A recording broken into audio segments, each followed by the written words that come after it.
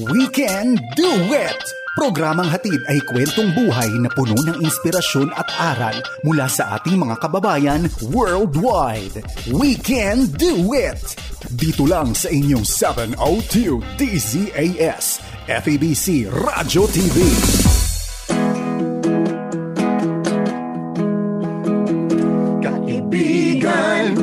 Kaibigan, siya'y kaibigan mo. Kaibigan, kami'y kaibigan nyo. Kaibigan, siya'y kaibigan mo. Kaibigan,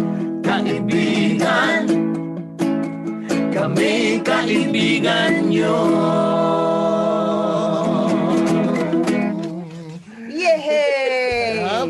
Mga kaibigan namin sa aming programang We Can Do It, thank you for joining us again sa isa pang episode ng ating program. Every program ay enjoy kami. Sana naman na nag-enjoy kayo. Right. At tayo nga po ngayon ay hindi lang dalawa, kundi tatlo. We can trio.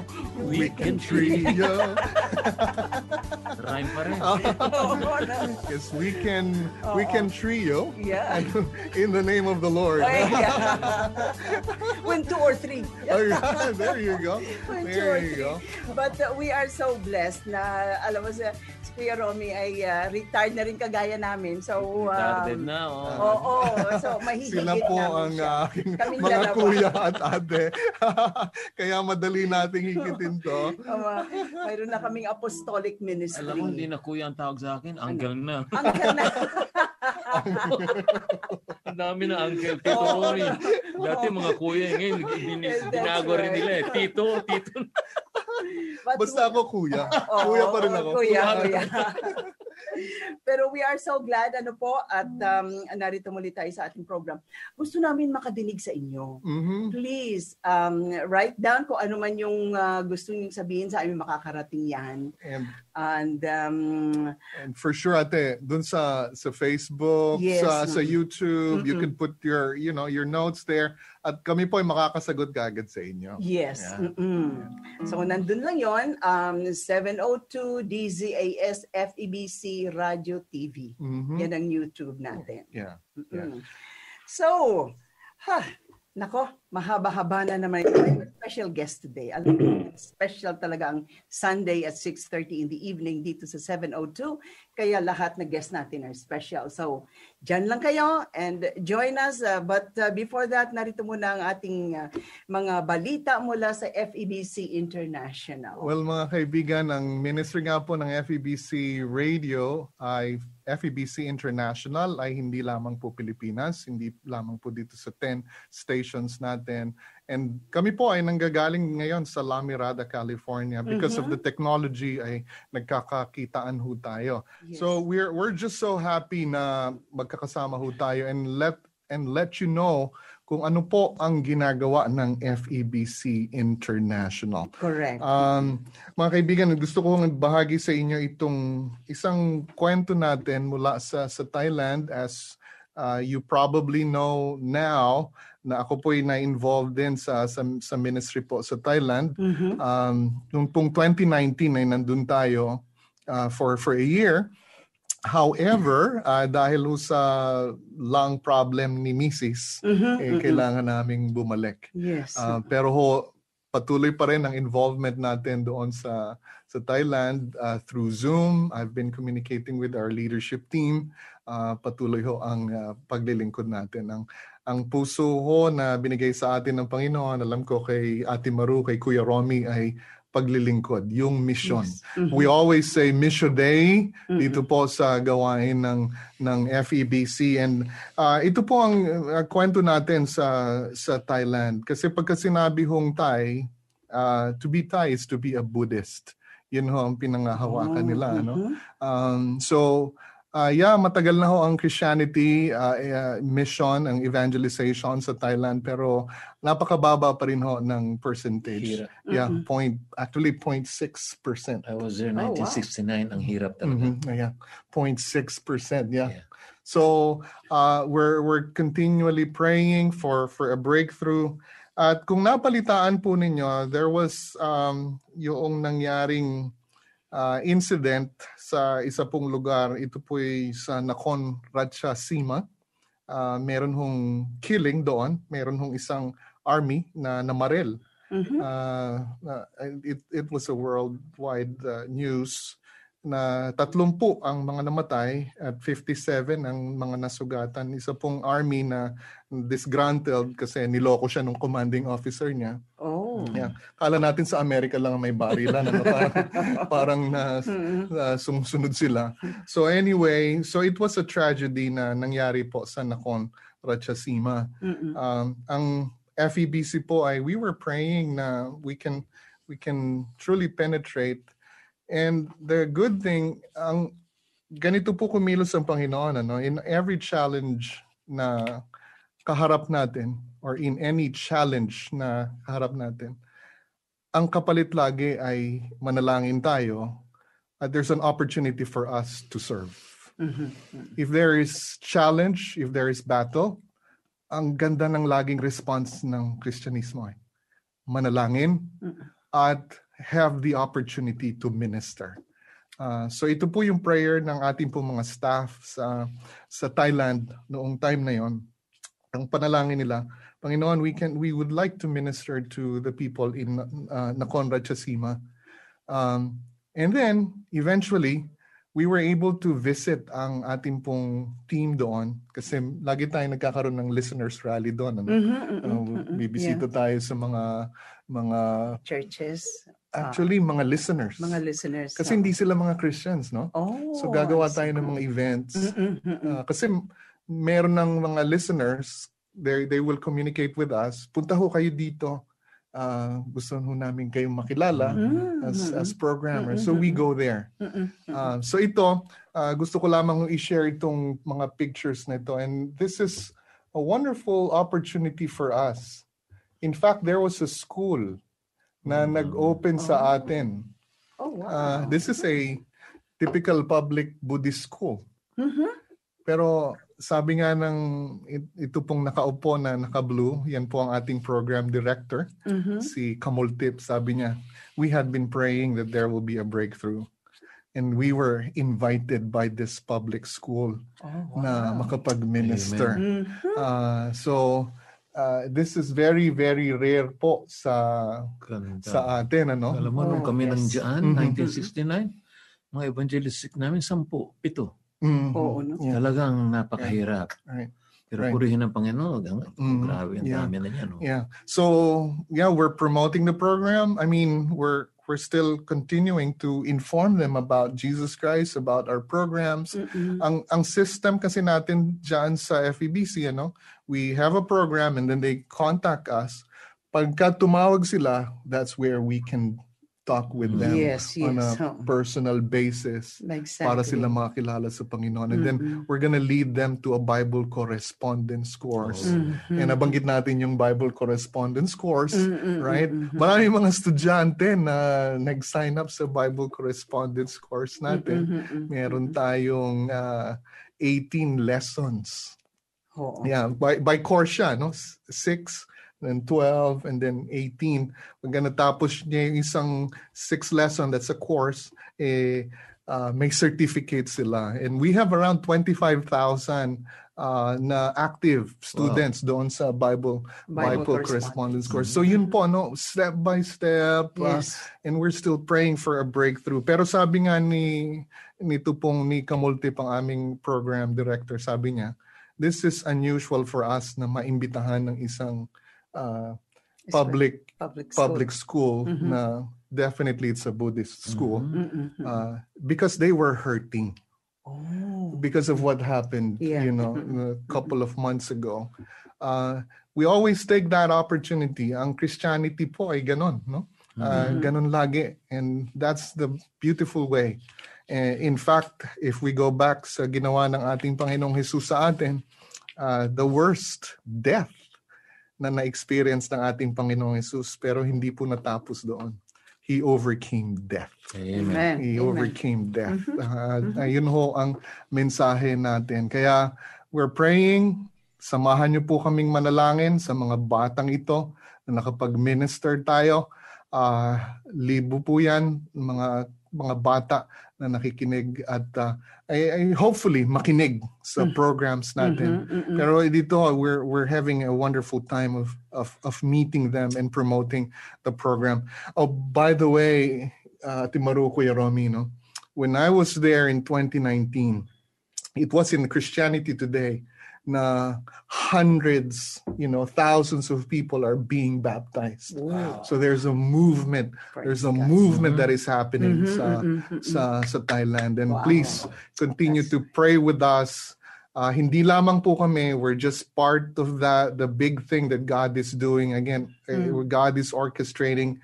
However, we want to be, we always say, Air Force tayo. Tayo yung Air Force. And then, syempre, yung mga simbahan, yung mga other mission organizations, they would like to share the gospel of Jesus Christ sa Thailand. Kaya gusto nating i-close itong ating pong portion na ito na FEBC International.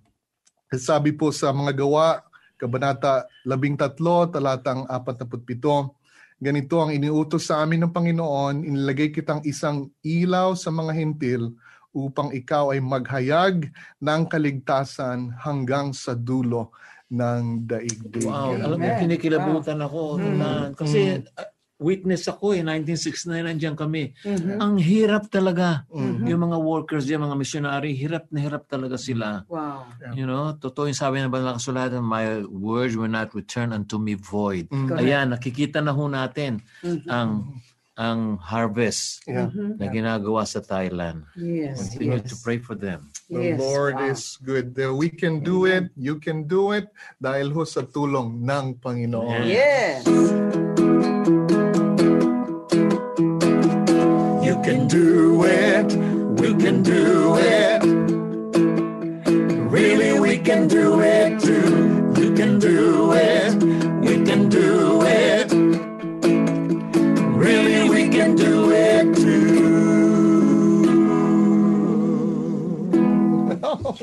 Yes. Ang sabo makipagkantahan dito. Oo. Ay, nako Lord. Salamat, Lord. Salamat. Well, we are now on the second part ng ating program and we have a special guest. Kaya palagi ko sinasabi. Espesyal ang ating mga listeners, ang ating mga guest dito sa ating program. So, narito, for the first time sa ating program, ang ating special guest. Binigyan mo awit na buhay at ang buhay iyong pinawit, kaya't ang awit kong ito'y alay sa'yo. Binigyan mo ako ng awit na pag-asa, ng pag-ibig, ng pagpupuri, pasasalamat sa pag-ibig mo sa akin, Jesus.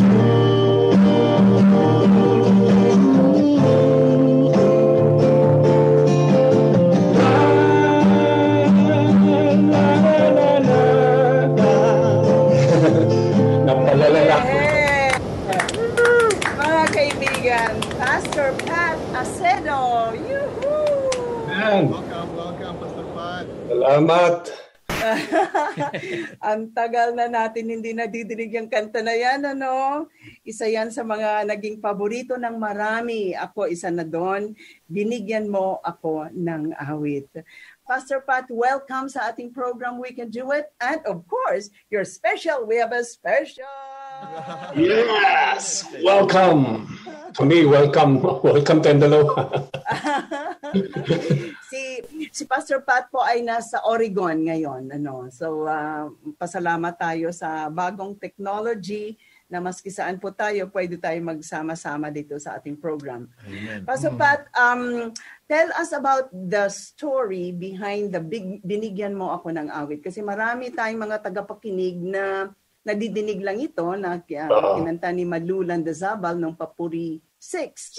Pero hindi nila alam paano ba naumpisahan itong kantang ito, saan nang galing, ano ang nangyari sa iyo, bakit post mo ang awit na ito.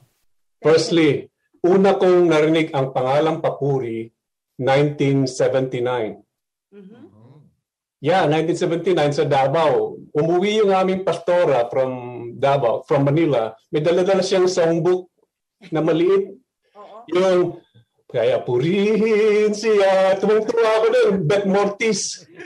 Tumang-tuwa ako. Purihin siya. Yun ang gigitara ko doon. Tuwang-tuwa ako sa Papuri. Nalipat ako na 1979 sa Nueva Ecija. Narinig ko na naman ang Papuri sa radyo. Through Ating Maru and Kuya Romy sa Nueva Ecija. Sabi ko, wow, na ako kasi gusto ko talagang kumanta sa Panginoon. And then firstly, narinig ko naman yung kanta ni Ating Maru. Siya ang unang Papuri singer na napanood ko sa Bethel Bible Institute AG convention. Sumali kami, sinama ako ng pastor ko. Nag-AG ako sa Nueva Ecija. So Bethel.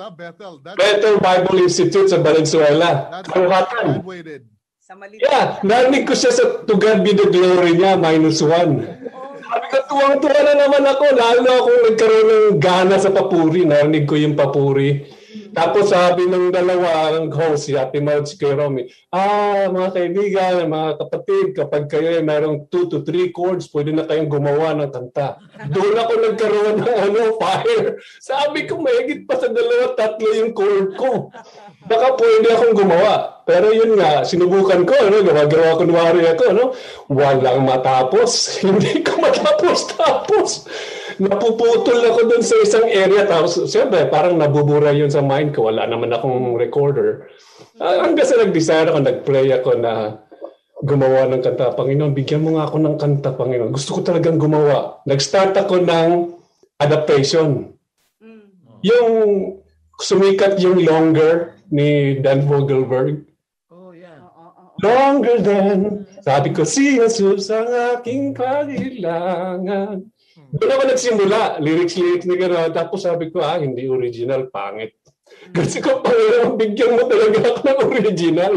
Hanggang sa hawak-hawak ko yung gitara. Tuwing makikita ko ng Papuri, lagi akong inaabangan yung mga... Lahat ng Papuri, alam ko. Pati boses nga, kilala ko na eh. Kahit di ko sila napapanood, kilala ko ang boses. Kuya Romy, si Maru, sila... Cindy, kilala ko mga boses na mga yan. Kahit di ko sila napapanood. Inaabangan ko kayo palagi eh. Pati nga si Ras Valdez, sabi ko nga sa kanya ikaw ang aking tinuturing na Aguilar ng Pilipinas. Freddy Aguilar, tuwang-tuwa ako. Kaya na-bless ako talaga sa Papuri. Talaga, maniwala kayo. Papuri talaga nagbunga sa aking buhay. Sila ang naging nagbigay ng break sa akin.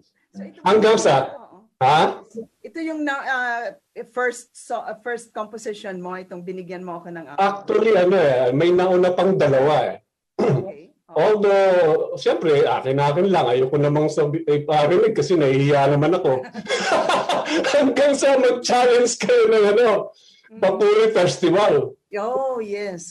Sabi ko, bakit kaya? Binigyan na sa akin ng Panginoon. Binigyan ako ng tono nga Binigyan mo ako ng awit. Wala pa yung binigyan mo ako ng awit since desire ko na bigyan ako ng Panginoong awit. Itong biglang lumabas na melody, yung chorus.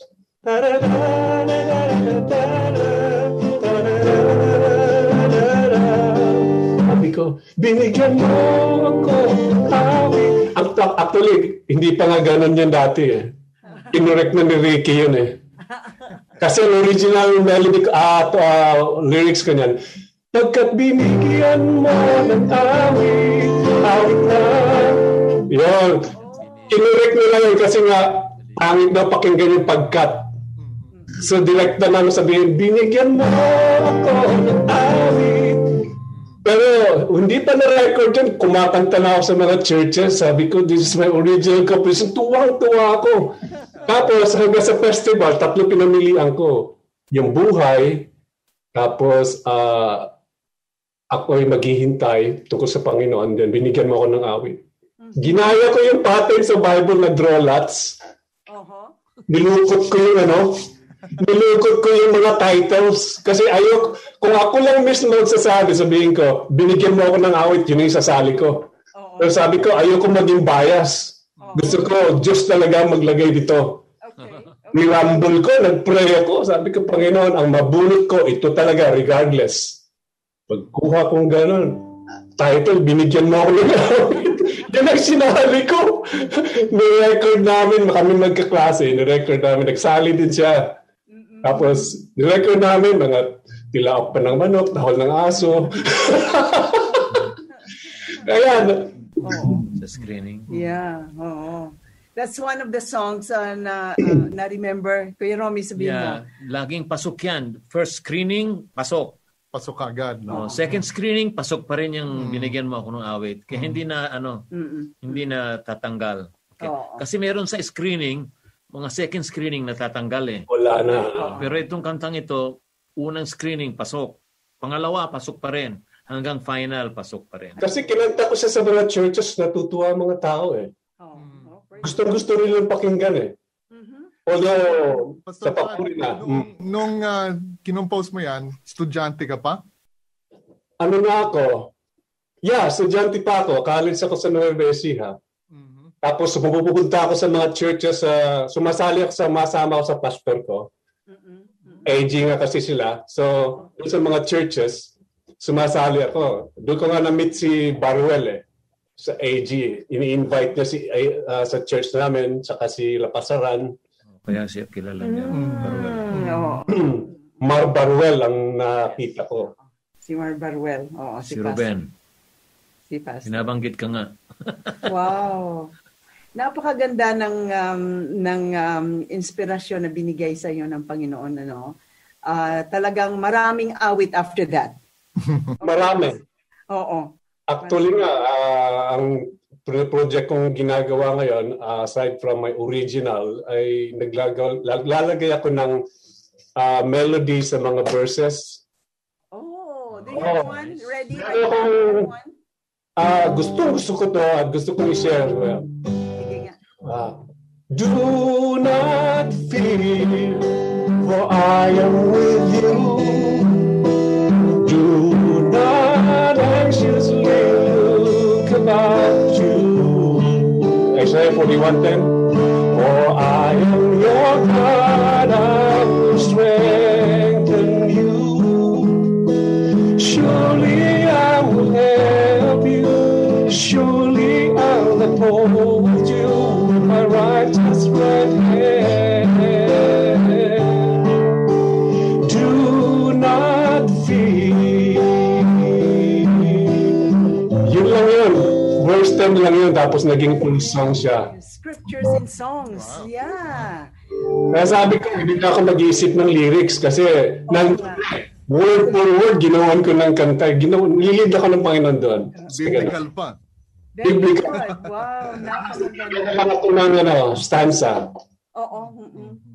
So, how did you, alam ko mayroon kang dalawang anak? Yes. Na-i-pass on mo ba ang iyong music ministry sa kanila? At one time, pero alam mo na, maraming rivalries ngayon eh. Mayroon silang mga games, meron silang maraming mga humahatak. Hindi kagaya tayo nung araw, wala naman tayong kalaban eh. Oo nga, tama. Uwi ka lang, manunood ka lang, anong pwedeng manoodin, makawala pa, wala ka pang mapapanood eh. So solid, no? Ngayon, binigyan ko sila ng lahat. I tried na magpiano yung isa, mag-gitara yung isa. I tried, tumugtog sila sa church, pero hindi na eh, wala eh. Gift talaga ng Panginoon, hindi natin mapipilit. Gift talaga. Isa pa lang makikita mo na. Right. Now Pat, after nung binigyan mo ako ng awit, ano pa yung mga songs na i-provide natin sa papuri? Papuri. Dumalaw ako sa papuri lang. Nabigyan ako ng break ni Kuya Efren. Punta lang ako sa opisina na-miss yung papuri environment. Line nga kasi. Okay. Sino doon talagang ahagilapin. Konti ng araw. Di punta ako doon, nakita ako ni Ate Miriam, kaya friend, kumustahan? Sabi niya, Pat, gawa ka nga ng kanta about Heartline, yung graduation, pamimili ng karera. Sabi ko, I will not promise, pero after 3 days, kapag hindi ako bumalik, humanap na ka ng iba. Oo. Walang Panginoon. Isang gabi lang, bumalik na ako kagad. Kinabukasan, nandun na yung song. Sige nga. We would like to hear that. Puso'y wag dayain, gabay niya'y idalangin, di ang gaya-gaya lang. Mga pagulang mo'y ibig na yung kuhanin, ang karera na gustong-gusto nila. Sarili wag pilitin, puso'y wag dayain, gabay niya'y idalangin, di ang gaya-gaya lang. Nagustuhan ni Jinjin at sa'yo, tutuwa ako. Sabi niya, kinuha nila. So from there, nagsimula yung hindi na ako in-screen sa kinuha na nila ako sa kasalan. Yeah. Now, Heartline song ba it's weekly? Naghahanap tayo ng mga songs. Weekly. Kaya talagang kailangan natin maghanap ng... Paspasan nga yan eh. Tama. Kasi every week, may topic ang Heartline. So, bakit dun sa pamimili ng karera, tumawag pa nga ako, paano natin Tagalogin yung karir? Sabi nila, karera na gamitin mo. Masaya kasi si Pat. No. But we have a few minutes with you. Magbigay ka naman ng challenge sa ating mga tagapakinig, yung mga nag-start mag-compose or composer na, bigyan mo sila ng challenge from your heart. Kagaya na challenge ako sa sinabi ng ating mga host nung araw, Kuya Romit sa Ate Maru, na gumawa kayo ng songs kahit na ilang chords lang, 2, 3, gawin mo ng 5. 5 na ngayon, 5 na. So, kaya at least walang rules, basta maglaro lang sa utak mo yung melody. Laruin mo lang yung melody. Pag pangit, wag mo ituloy, wag tumigil. Pag tumigil ka, talo. Pagka bisitahin mo kahit 1 taon, 5 taon pa yan, bisitahin mo yung old songs mo. Kung mayroon kang recorder, the best. Kasi noon wala eh. Sumabit lang ako sa bus ng araw. Nag-compose na ako sa loob ng bus kasi ang traffic eh. Tapos nakalimutan mo? Pagkatapos, magbaba ako sa bus, gawa na yung song, yung pamasko ni Oh, that's good. Wow. Sabi na ngayon Pasko'y may awit at Pasko'y pahayag, tunay na Pasko'y pagmamahal. So, sabit lang ako nun sa Laging nagyalaro sa utak ko yun. Ngayon Pasko'y may awit at Pasko'y pahayag. Kahit ano lang, basta gawin mong mag-isip lang ka. Pag ikaw ay may melody sa mind, ulitin mo lang, laro. So yun yung awit na bigay sa'yo ng Panginoon, yung binigay mo ako ng awit. Yeah. Lagi mong ulit-ulitin, kakantahin. Right? Ang aking unang na-bless kasi ako sa kantang pinapatugtug din sa FABC ng araw. May awit ako na galing kay Kristo. You gave me a song. A Tagalog adaptation. Yeah, Tagalog. You gave me a song. Alam niyo naman, lagi ako nakasubaybay sa papuri. Kaya nagkaroon ako ng idea. Sabi ko, You took my heart by surprise. Yeah. You took my heart by surprise. Correct. May awit ako na galing kay Kristo. Kaya Diyos ng Himalaya na sabay na sabay ako dyan.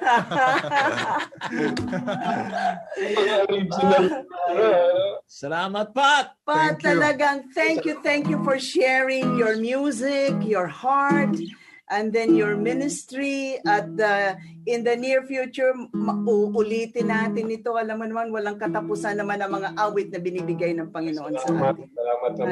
Kamusta kay Jasmine? So, kamusta kay Jasmine at ganun din kay Adrian, kay Andre, and si Aaron. Yes. And thank you once again. At mga kaibigan, wala na po tayong oras. So, we have to go. We can do it. Yes, we can do it. With Christ who gives us strength, we can do it. Yes, we can do it. With Christ who gives us strength. Well, kami na po yung magpapaalam, mga kaibigan. God bless. Bye-bye. Thanks, Pastor Pat. Salamat. Inyong narinig ang Weekend Duet dito lamang sa inyong 702 DZAS FEBC Radio TV, Agapay ng Sambayanan.